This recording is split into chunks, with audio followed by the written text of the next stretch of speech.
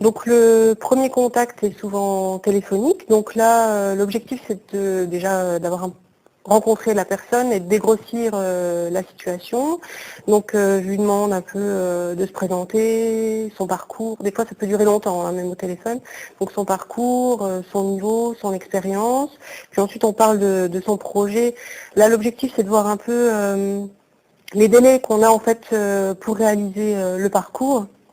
Si le stagiaire si le candidat est pressé ou pas au niveau de la rapidité, parce que parfois l'installation peut se faire en parallèle de la formation.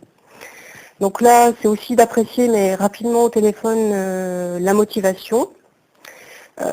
Donc dans ce cas-là, je vois si on est capable, nous, au niveau du centre de formation, de répondre à sa demande, si on a les compétences pour. Donc ce que je fais, c'est suite à cet entretien-là, je me renseigne, si jamais on n'a pas les compétences au niveau du centre de formation, je me renseigne déjà auprès des autres centres de formation.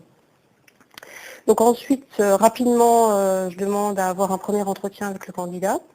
Là, donc c'est pour réétudier vraiment dans le détail le parcours et le projet.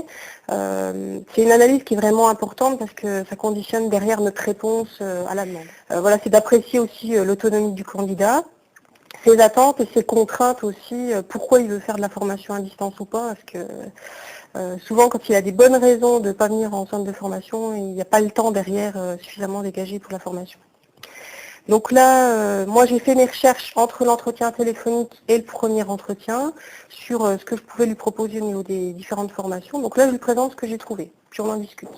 Donc après, j'essaye de l'orienter, soit éventuellement vers de la validation d'acquis d'expérience, vers la VAE, soit éventuellement vers une formation tout en présentiel, soit vers une formation en présentiel et en FOAD, ou soit vers une formation tout en FOAD. Donc là, voilà. Suite à ce premier entretien, donc on se laisse chacun le temps de réfléchir. Moi, je recherche les financements. Ensuite, je recontacte le candidat pour voir s'il a réfléchi suite à ce premier entretien. Et s'il me dit, bon, ok, je suis d'accord pour tel type de formation, dans ce cas-là, je fais une ébauche du parcours de formation.